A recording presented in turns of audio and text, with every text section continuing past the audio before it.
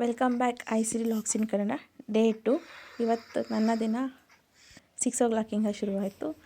First ಸ್ಟವ್ವಿಗೆ ನಮಸ್ಕಾರ ಮಾಡಿಕೊಂಡು ಬೆಳಗ್ಗೆ ಕುಡಿಲಿಕ್ಕೆ ಒಂದು ಲೋಟ ಬಿಸಿನೀರು ಇಟ್ಕೊಂಡು ಕಾಸ್ಕೊಂಡು ಕುಡಿತಾ ಇದ್ದೀನಿ. ನನ್ನ ದಿನಚರಿ ಬಿಸಿನೀರಿಂದನೇ ಸ್ಟಾರ್ಟ್ ಆಗೋದು. ನಾನು ಕೆಲ್ಸಕ್ಕೆ ಹೋಗೋದ್ರಿಂದ ಮನೆ ಕೆಲಸ ಟಿಫನ್ ಮಾಡೋದು ಒಟ್ಟೊಟ್ಟಿಗೆ ಮಾಡಬೇಕು. ಹಾಗಾಗಿ ಬಿಸಿನೀರನ್ನ ಕಾಯಕ್ಕಿಟ್ಟಿದ್ದೀನಿ. ಏನು ಮಾಡ್ತಿದ್ದೀನಿ ಅಂದರೆ ಇದು ಶಾವಿಗೆ ಬಾತ್ ಮಾಡ್ತಿದ್ದೀನಿ. 6 o'clock ಆದರೂ ಕೂಡ ಇನ್ನೂ ಹಾಗೆ ಸ್ವಲ್ಪ ಕತ್ತಲೆ ಇದೆ. ಮನೆಯೆಲ್ಲ ಗುಡಿಸ್ಕೋಬೇಕು, ಬಾಗಿಲು ನೀರು ಹಾಕ್ಕೊಳ್ಳೋಕ್ಕೋಸ್ಕರ. ಹಾಗಾಗಿ ಮನೆಯನ್ನು ಗುಡಿಸ್ಕೊತಾ ಇದ್ದೀನಿ, ಕಸ ಗುಡಿಸ್ತಾ ಇದ್ದೀನಿ. ನನಗೆ ಅಷ್ಟಾಗಿ ಚೆನ್ನಾಗಿ ರಂಗೋಲಿ ಎಲ್ಲ ಬಿಡ್ಸೋಕ್ಕೆ ಬರೋಲ್ಲ, ಆದರೂ ಲಕ್ಷಣವಾಗಿ ಬಿಡಿಸ್ತೀನಿ ಹೇಗೋ ಅಂತ ಅಂದ್ಕೊಂಡಿದ್ದೀನಿ. ಕಸನೆಲ್ಲ ಗುಡಿಸ್ಕೊಂಡು ಒಳಗಡೆದು ಹೊರಗಡೆದು ಎರಡೂ ಕೂಡ ಒಟ್ಟಿಗೆ ಗುಡಿಸ್ಕೊತೀನಿ. ಯಾಕಂದರೆ ಸೂರ್ಯದೇವ ಬರೋಕ್ಕಿಂತ ಮುಂಚೆ ಮನೆ ಸ್ವಚ್ಛವಾಗಿರಬೇಕಂತೆ. ಈ ಬಾಗಿಲು ನೀರು ಹಾಕೋದ್ರ ಜೊತೆಗೆ ಹಾಗೆ ತಿಂಡಿ ಕೆಲಸನೂ ಮಾಡ್ಕೊತಾಯಿದ್ದೀನಿ. ಸ್ವಲ್ಪ ಶಾವಿಗೆನ ಬಿಸಿನೀರೊಳಗಡೆ ಹಾಕ್ಬಿಟ್ಟು ಇಟ್ಟೋಗ್ತಾಯಿದ್ದೀನಿ. ನಾನು ಹೊರಗಡೆ ಕೆಲಸ ಮುಗಿಸ್ಕೊಂಬರೋ ಅಷ್ಟೊತ್ತಿಗೆ ಅಟ್ಲೀಸ್ಟ್ ಸ್ವಲ್ಪ ಶಾವಿಗೆ ಬೆಂದಿರುತ್ತೆ ಅಂತ ನಾನು ಹಾಕಿರೋದು ರೋಸ್ಟೆಡ್ ಶಾವಿಗೆ. ಹಾಗಾಗಿ ಮತ್ತೆ ಹುರ್ಕೊಳ್ಳೋ ಅವಶ್ಯಕತೆ ಏನಿಲ್ಲ. ಸೊ ಬಾಗಿಲಿಗೆಲ್ಲ ನೀಟಾಗಿ ಕುಂಕುಮ ಮತ್ತು ಅರಿಶಿನ ಇಟ್ಕೊಳ್ತಾ ಇದ್ದೀನಿ. ಯಾಕೆಂದರೆ ಬಾಗಿಲು ನಮಗೆ ಲಕ್ಷ್ಮಿ ಸಮಾನ. ಸೊ ಹಾಗಾಗಿ ನಾವು ಅದಕ್ಕೆ ಅದರದ್ದೇ ಆದ ಗೌರವನ ಕೊಡಬೇಕು. ಪ್ರತಿದಿನ ನೀಟಾಗಿ ಒರೆಸ್ಕೊಂಡು ಅರಿಶಿನ ಕುಂಕುಮನ ಇಡಬೇಕು. ನಾನು ಹೇಳಿದ್ನಲ್ಲ, ನಂಗೆ ರಂಗೋಲಿ ಚೆನ್ನಾಗಿ ಬಿಡೋಕ್ಕೆ ಬರಲ್ಲ ಅಂತ. ನನಗೆ ಎಷ್ಟು ಚೆನ್ನಾಗಿ ಬರುತ್ತೋ ಅಷ್ಟು ಚೆನ್ನಾಗಿ ರಂಗೋಲಿನ ಬಿಡ್ತಾಯಿದ್ದೀನಿ. ಸೊ ಶಾವಿಗೆ ಬಾತ್ ಮಾಡೋಕ್ಕೋಸ್ಕರ ನಮ್ಮ ಮನೆಯಲ್ಲಿರೋ ತರಕಾರಿಗಳೆಲ್ಲರೂ ಯೂಸ್ ಮಾಡ್ಕೊತಾ ಇದ್ದೀನಿ. ದೇವ್ರ ಮನೆ ಕ್ಲೀನ್ ಮಾಡ್ಕೋಬೇಕು. ದೇವ್ರ ಮನೆ ಕ್ಲೀನ್ ಮಾಡ್ಕೊತಾ ಇದ್ದೀನಿ. ಅಂದರೆ ಮುಖ ತೊಳ್ಕೊಂಡಿರ್ತೀನಲ್ಲ, ಹಾಗೆ ದೇವ್ರ ಮನೆ ಕ್ಲೀನ್ ಮಾಡ್ಕೊತೀನಿ. ಆಮೇಲೆ ಸ್ನಾನ ಮಾಡಿ ಪೂಜೆ ಮಾಡುವಾಗ ಈಸಿ ಆಗುತ್ತೆ ಅಂತ ಕ್ಲೀನ್ ಮಾಡ್ಕೊತೀನಿ. ಸೋಮವಾರ ಶುಕ್ರವಾರ ನಮ್ಮಲ್ಲಿ ವಾರ ಇರುತ್ತೆ, ಆಗ ಡೀಪ್ ಕ್ಲೀನ್ ಮಾಡ್ಕೊಳ್ತೀನಿ ದೇವ್ರ ಮನೇನ. ಇವಾಗ ಸದ್ಯಕ್ಕೆ ಹೂವು, ಸೊ ಇದು ಚಿತ್ತಮಲ್ಲ ಚೆಂಡು, ಹಾಗಾಗಿ ಬಾಡಿರಲ್ಲ. ಹಾಗಾಗಿ ಸ್ವಲ್ಪ ಬಾಡ್ದಿರೋದನ್ನ ಹಾಗೆ ಬಿಟ್ಟಿರ್ತೀನಿ. ಇನ್ನು ಈ ಚಿಕ್ಕ ಪುಟ್ಟ ಹೂವನ್ನ ತೆಗೆದಿರ್ತೀನಿ. ಇನ್ನು ಬೆಡ್ರೂಮು ದಿನ ಕ್ಲೀನ್ ಇದ್ದೇ ಇರುತ್ತೆ.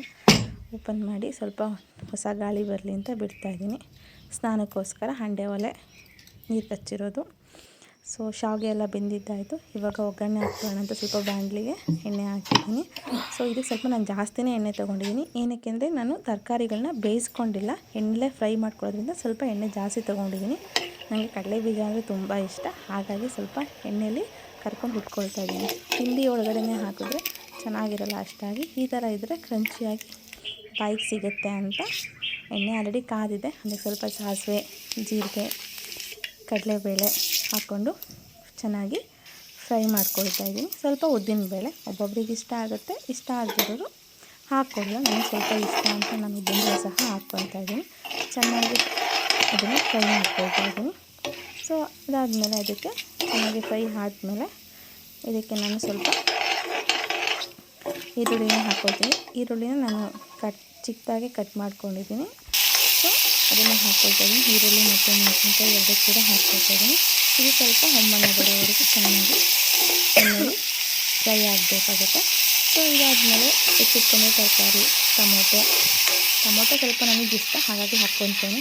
ನಮ್ಮ ಮನೇಲಿ ಏನಿದೆ ತರಕಾರಿ, ಬೀನ್ಸು, ಆಲೂಗಡ್ಡೆ ಮತ್ತು ಸ್ವಲ್ಪ ಕ್ಯಾರೆಟ್ ಇಟ್ಟು ಅದನ್ನು ಹಾಕ್ಕೊಂಡು ಚೆನ್ನಾಗಿ ಫ್ರೈ ಮಾಡಿಕೊಂಡು ರುಚಿಗೆ ತಕ್ಕಷ್ಟು ಉಪ್ಪು ಹಾಕ್ಕೊಳ್ತಾಯಿದ್ದೀನಿ. ಸ್ವಲ್ಪ ತರಕಾರಿನೂ ಬೇಗ ಬೇಯುತ್ತೆ ಅಂತ. ಸೊ ಇವಾಗ ಆಲ್ರೆಡಿ ಶಾವಿಗೆನ ಬೇಯಿಸಿಟ್ಕೊಂಡಿರೋದ್ರಿಂದ ನೋಡಿ ಎಷ್ಟು ಉದುರಾಗಿ ಬಂದಿದೆ. ಚೆನ್ನಾಗಿ ಮಿಕ್ಸ್ ಮಾಡ್ಕೋಬೇಕು. ಸೊ ಯಾವುದೇ ರೀತಿ ಹಂಡಲ್ಲ. ರೋಸ್ಟೆಡ್ ಶಾವಿಗೆ ಆದ್ದರಿಂದ ಯಾವುದೇ ರೀತಿ ಹಂಡೋದಿಲ್ಲ. ಮೇಲ್ಗಡೆ ಕಡಲೆಬೀಜ ಹಾಕ್ಕೊಳ್ತಾ ಇದ್ದೀನಿ. ಇವಾಗ ಮುಚ್ಚಿಟ್ಟು ಸೊ 6 o'clock ಶುರುವಾಗಿದ್ದು ನನ್ನ ಕೆಲಸ ಕರೆಕ್ಟಾಗಿ 7:30 ಒಳಗಡೆ ಮುಗಿದೋಯ್ತು. ಇವಾಗ ಸ್ನಾನಕ್ಕೆ ಹೋಗ್ತಾಯಿದ್ದೀನಿ. ಏಕೆಂದರೆ ವರ್ಕಿಂಗ್ ವುಮೆನ್ಸ್ ಏನೂ ಮಾಡೋಕ್ಕಾಗಲ್ಲ, ಬೇಗ ಬೇಗ ಕೆಲಸ ಮುಗಿಸ್ಬೇಕಲ್ಲ. ಪೂಜೆಗೋಸ್ಕರ ಹನಿ ಮಾಡ್ಕೊಳ್ತಾ ಇದ್ದೀನಿ. ಗಂಧ ಕೊಯ್ದು ಇಟ್ಕೊಂಡು ಇನ್ನು ರೆಡಿಯಾಗಿ ಹೊರಡಬೇಕು. ಇನ್ನು ನಂದೇನು ತಿಂಡಿ ಆಗಿಲ್ಲ, ತಿಂಡಿ ಕೂಡ ಮಾಡಬೇಕಾಗುತ್ತೆ. ಸೊ ಇವಾಗ ತಿಂಡಿ ಆಲ್ರೆಡಿ ಹಾಕ್ಕೊಂಬಂದಿದ್ದೀನಿ ತಟ್ಟೆಗೆ. ತಿಂಡಿ ತಿಂದ್ಕೊಂಡು, ತಿಂಡಿ ಆದಮೇಲೆ ಒಂದು ಲೋಟ ಟೀ ಇರಲೇಬೇಕಲ್ವ, ಫ್ರೆಶ್ನೆಸ್ ಇರುತ್ತೆ ಅಂತ. ಊಟ ಮಾಡಿ ಆದಮೇಲೆ ಟೀ ಕುಡಿಯೋದು ಒಳ್ಳೆಯದಲ್ಲ, ಬಟ್ ಟಿಫನ್ ಆಗಿ ಒಂದು 20 minutes ಆದಮೇಲೆ ಟೀ ಮಾಡ್ಕೊತಾ ಇರೋದು ನಾನು. ಸೊ ಟೀ ಕುಡಿದು ಇದು ಬಂದು ಸಂಜೆ ಊಟ.